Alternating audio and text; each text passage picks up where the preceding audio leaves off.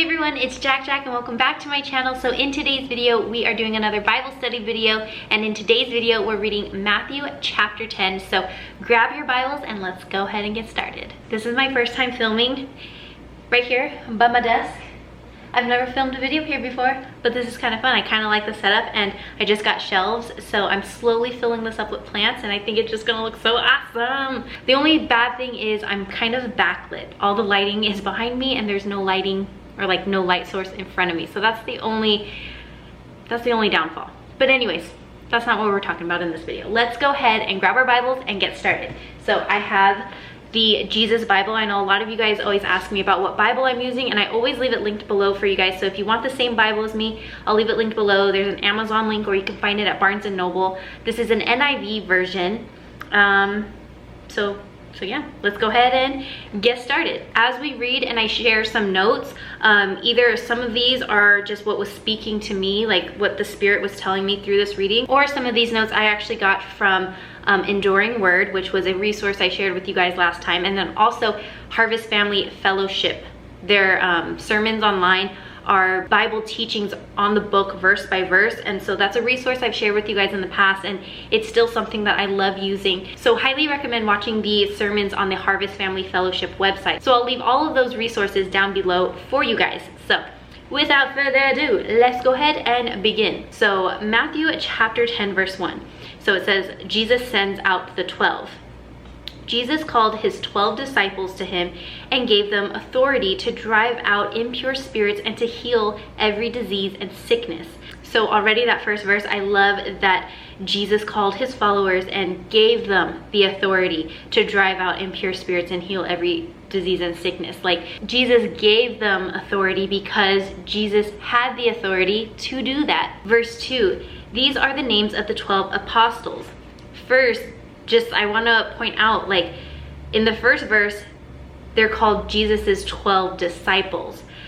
And then in the second verse, they're now called the 12 apostles. And apostles means to be sent out. And so I think it's cool, like, first you're a disciple and then you're an apostle. Like, first you have to learn from God, then you are sent out by God.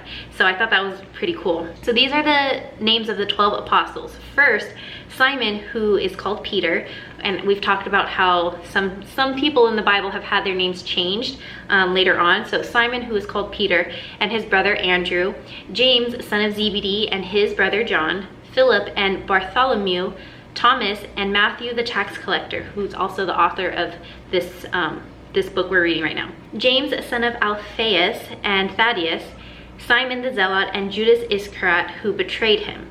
And before moving on, I just want to note, like, look at the diversity of his disciples. They weren't people who were praised or like high in rank or worthy. This was a very vast variety of type of people. He had everything from fishermen to tax collectors to Judas, who, you know, ended up betraying him. So there's this vast variety of people, and I think just that alone, just looking at who his disciples that he chose were, it just shows that Jesus isn't looking for perfect people, and salvation definitely is not for perfect people. If it was, then we wouldn't have needed Jesus to die on the cross for us, because we'd all be perfect, but we're not.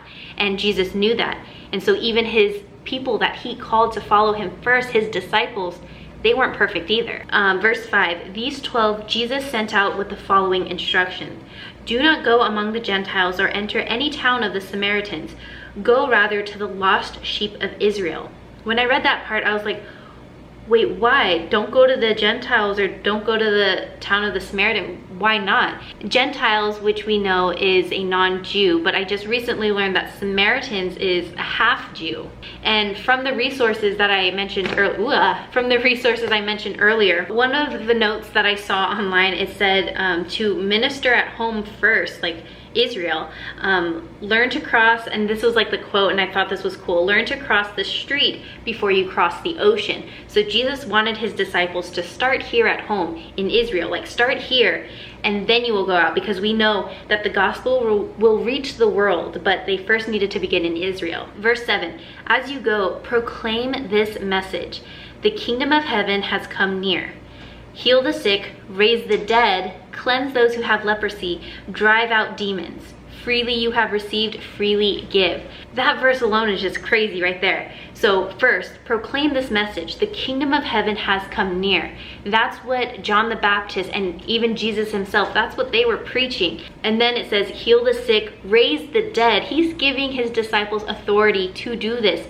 Heal the sick, raise the dead, cleanse those who have leprosy, and drive out demons. And when you read this, maybe you're like, okay, where do you want me to preach this, Jesus? Do you want me to preach this in the churches, in the synagogues? Jesus is not calling them to do that. Jesus doesn't say to preach like here and do it. He just says, in Israel, preach this message. So this is ministering everywhere, on the streets, in homes, everywhere. Freely as you receive, freely give. And I think that sentence alone can just apply to everything that Jesus gives us.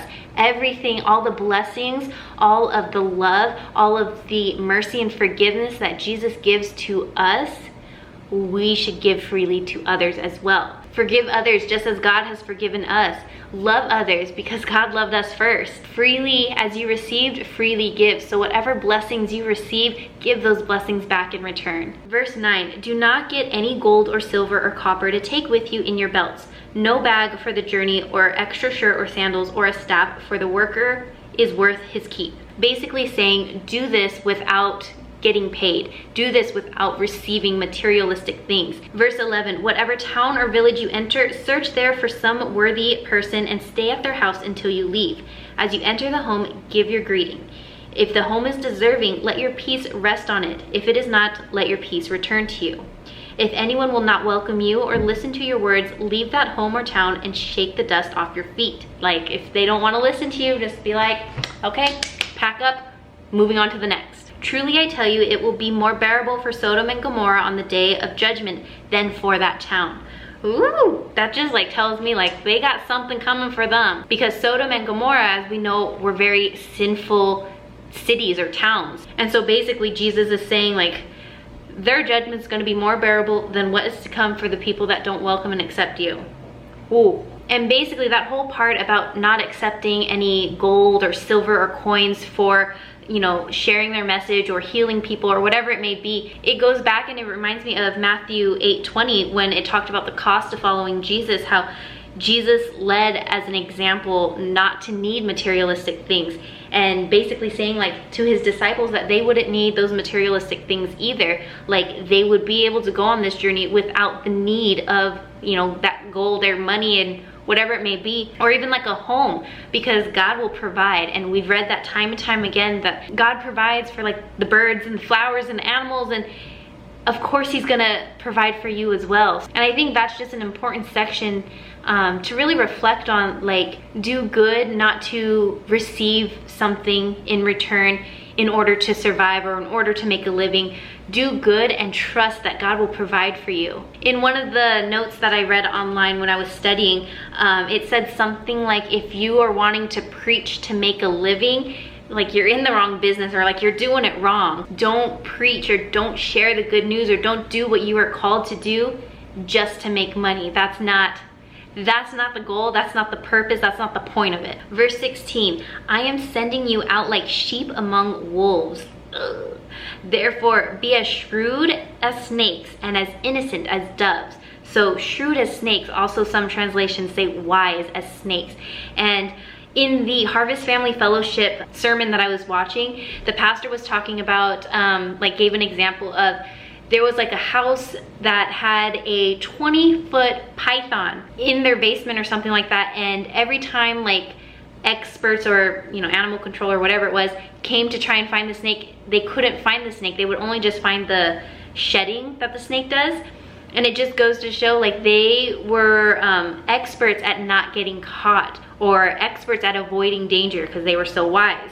So be wise as a snake, but as innocent as a dove, because as we know from, you know, the first chapter in the Bible in Genesis, you know, the snake or the serpent, very deceiving. So be innocent as doves. Don't be all the way like the snake. Just take that wisdom and then be innocent like the dove. Verse 17, be on your guard. You will be handed over to the local councils and be flogged in the synagogues. Not you might be handed over or maybe you'll be handed over. You will be handed over to the local councils and be flogged in the synagogues, which is like basically like being beaten, whipped, and attacked pretty much. On my account, you will be brought before governors and kings as witnesses to them and to the Gentiles. But when they arrest you, again, when, not if they arrest you, but when they arrest you, do not worry about what to say or how to say it. At that time, you will be given what to say, for it will not be you speaking, but the Spirit of your Father speaking through you. I just love that because Jesus is saying, okay, you're in for a rough ride. Get ready, put your seatbelt on. You're in for a rough ride, but don't worry, God's got your back. When you don't know what to say, God will speak for you. Verse 21, brother will betray brother to death, and a father his child. Children will rebel against their parents and have them put to death. It's crazy, but like Jesus knew there would be division even within the family by sharing the gospel, by sharing your faith, or just not even sharing, just having faith in Jesus would cause division. And Jesus knew that. Verse 22 says, you will be hated, not you might be, you will be hated by everyone because of me. But the one who stands firm to the end will be saved. So as much as it sucks, it is in a way blessed to be hated. If people are hating on you because of your faith in Jesus, if people are just like making fun of you, picking on you because of your faith, just remember that you are blessed, and the one who stands firm at the end will be saved. When you are persecuted in one place, flee to another. Truly I tell you, you will not finish going through the towns of Israel before the Son of Man comes. The student is not above the teacher, nor a servant above his master. It is enough for students to be like their teachers and servants to be like their masters.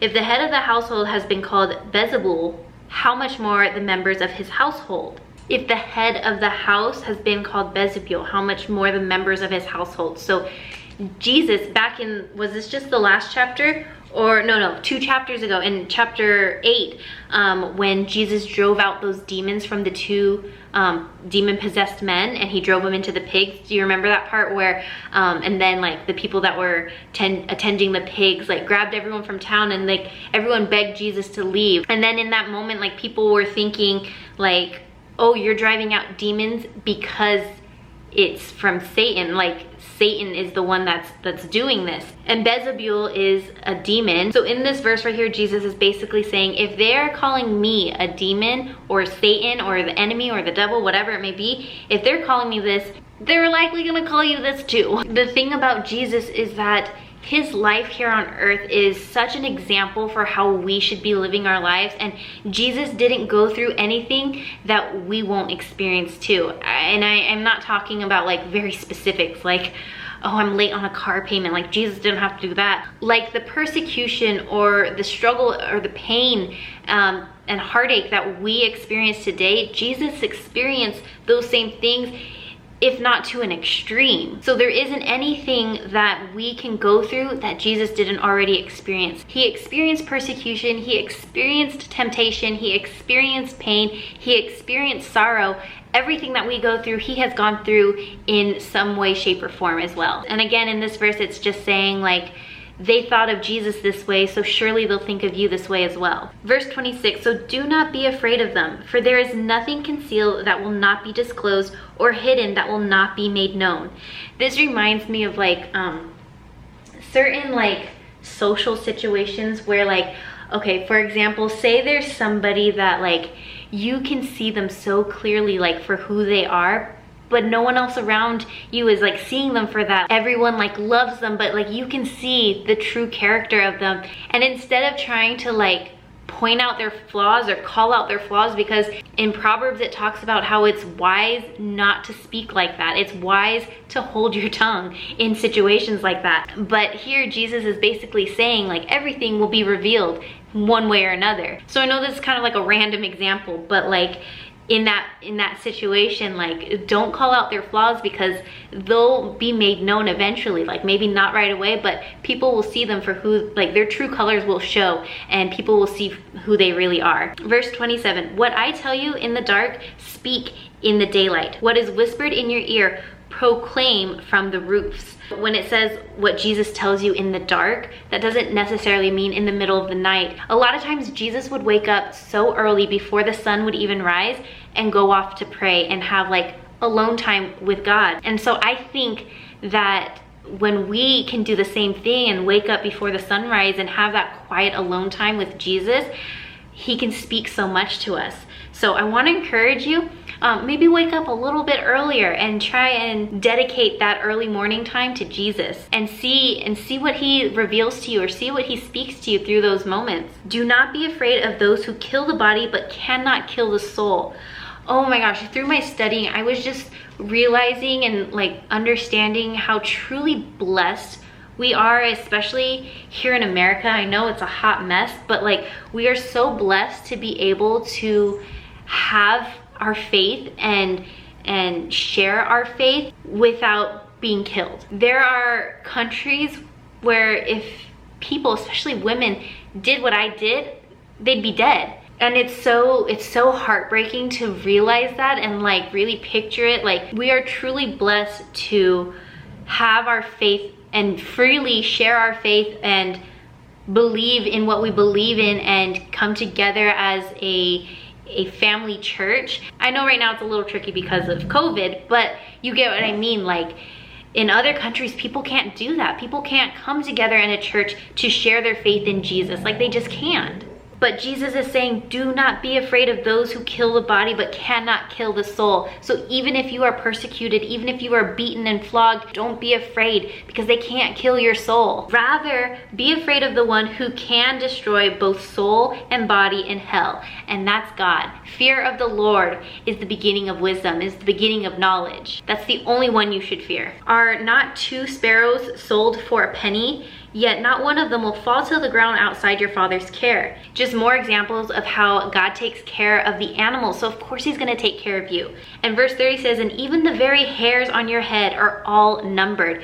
God knows you, God cares about you. He knows all the little details about you, all the hairs, he has them numbered. Isn't that just crazy to think about? The God of the universe, the creator of everything, knows you and knows every detail and knows every number, strand of hair that you have. Like, that is just mind-blowing, right? Verse 31, so don't be afraid, you are worth more than many sparrows. So again, just how God takes care of the animals, he's gonna take care of you. Verse 32, whoever acknowledges me before others, I will acknowledge before my Father in heaven.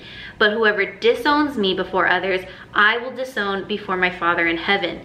Ooh, that is a crazy 2 verse right there. Basically, don't be ashamed of your love for Jesus. Do not be ashamed of your love for Jesus. If you have this faith and this love for Jesus in secret, and when you're out in public, you act like you don't know him, like, how hurt do you think he is? So when you get to the gates of heaven, he's gonna be like, you rejected me, I don't know you. If you love Jesus, don't be afraid to share it. And I just want to share a little like side note story tangent.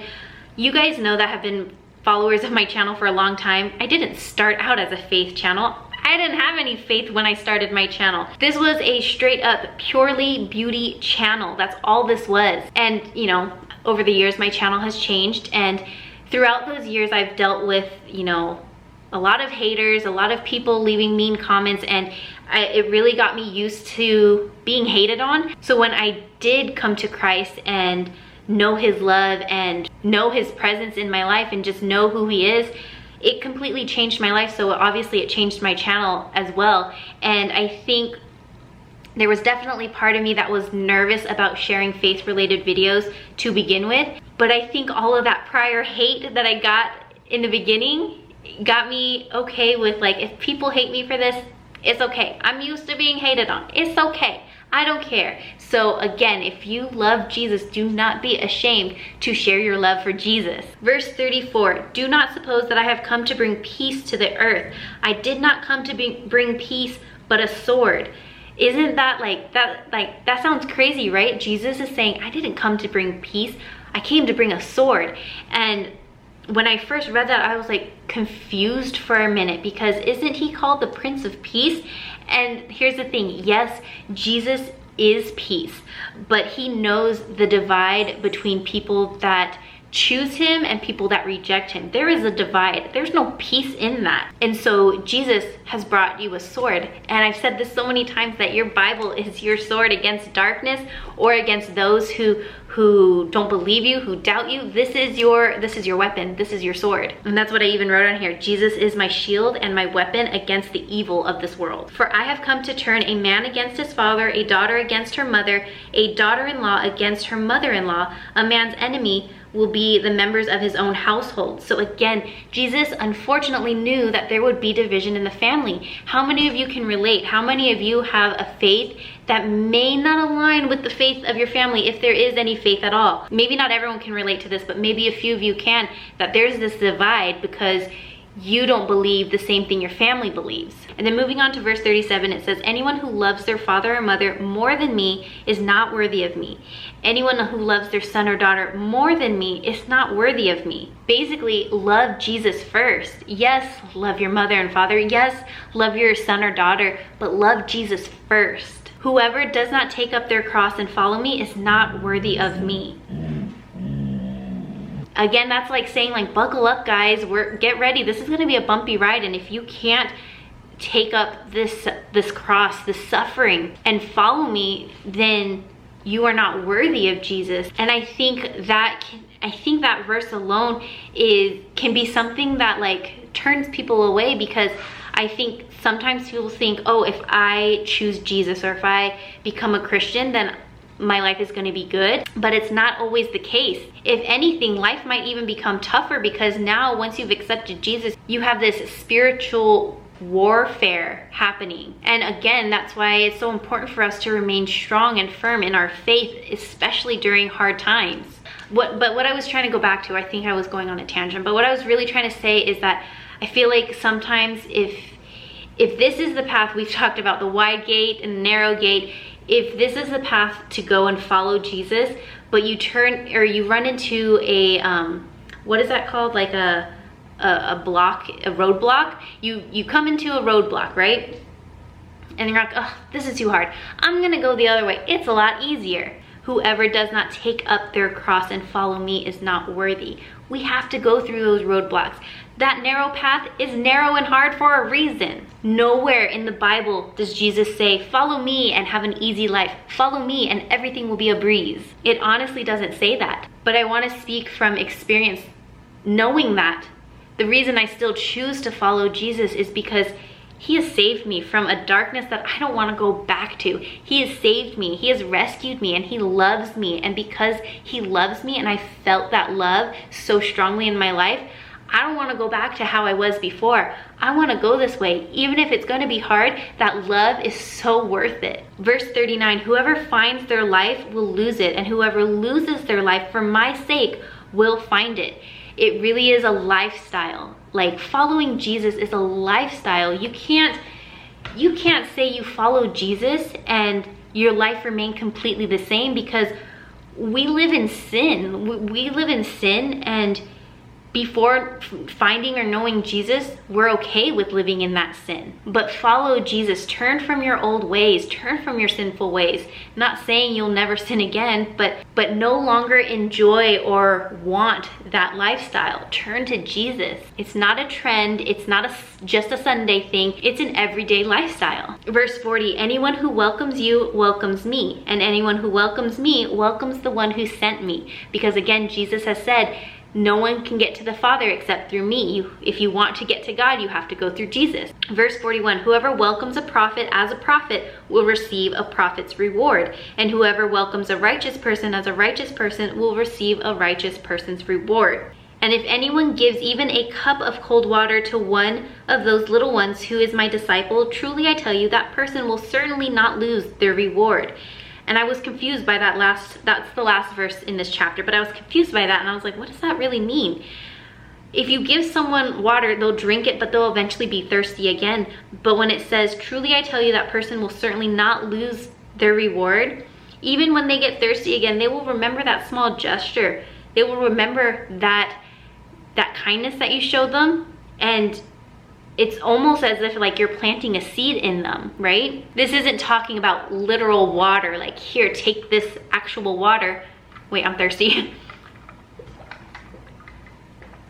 but it's talking about how you treat others, and how you treat others, especially if you do it like Jesus, you're able to plant those seeds, and when they're thirsty again, they're gonna remember that. They're gonna remember that kindness. So I hope that just encourages you to be a light to others, shine that light of Jesus to others. Let people see Jesus through you. Yes. So that is it for this Bible study video. I hope you guys enjoyed. Let me know what you took away from this, or what stuck out the most to you. I'm not 100% sure what I thought about this lighting. I feel like, again, I'm backlit, so this is not the most ideal lighting situation, but I just wanted to film here at my desk. But from today's reading, I think there was a lot that may turn people away, like, oh man, following Jesus sounds kind of hard, right? But at the end of the day, there is no testimony without a test. Jesus said that, you know, we will have trouble in this life. With knowing that, or even like just thinking about your life before Jesus, if you didn't grow up Christian and didn't grow up always knowing God, think about your life before then. You still had troubles, right? You still went through some stuff. And as a Christian now, knowing Jesus, we're still gonna go through stuff, but now we're equipped with a sword. Just like Jesus said, he came to bring a sword, but we're equipped with how to handle those situations, how to handle those struggles, and how to ultimately have joy even through those afflictions, and even through that pain and suffering, to still have joy. I heard a quote on the radio just today, actually. I don't remember it word for word, but it said something like, happiness is from, you know, your situation or your circumstance, but joy is a feeling you have no matter what your circumstance is. So happiness is just because everything is going well in your life, but joy, things could be going all wrong, but when you have joy, which comes from the Lord, when you have joy, it doesn't matter what your circumstance is like, because you know the goodness of God. So I pray that right now for myself and for all of you watching, that we learn to live in joy, not just happiness. We live with that true joy. Anyways, that's it for this. Zosie, come on. I'm almost done. Anyways, Zosie, let me just finish this last sentence and then I'm done. So that is it for this Bible study video. Thank you guys so much for watching. I can't wait to read your guys' comments. And I know I was chatting with you guys during the premiere, so just want to say I love you guys. Thank you for watching. I need to go turn the AC on now because I'm literally sweating down my back. There's sweat dripping down my back right now. Thank you guys again. Love you, and I'll see you next time.